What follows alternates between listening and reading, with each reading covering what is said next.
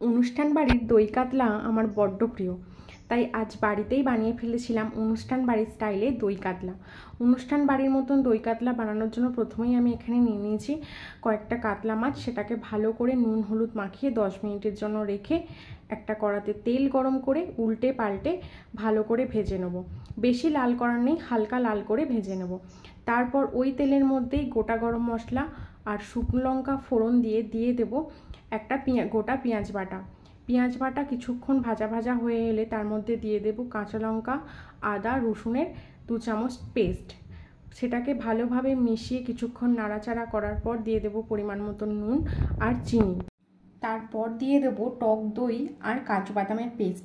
সব কিছু ভালোভাবে মিশিয়ে মশলা কষিয়ে তেল ছেড়ে এলে গ্রেভির জন্য 1 কাপ মতন জল দিয়ে দেবো। ঝোল ফুটে উঠলে আগে থেকে ভেজে রাখা মাছ দিয়ে 3 থেকে 4 মিনিট মতন ফুটিয়ে নেব। নামানোর আগে ঘি আর গরম মশলা ছড়িয়ে নামালেই রেডি আমাদের অনুষ্ঠান বাড়ির স্টাইলে দই কাতলা। ভিডিওটা কেমন লাগলো কমেন্টে অবশ্যই জানাবে, আর ভিডিওটা দেখার জন্য অসংখ্য ধন্যবাদ।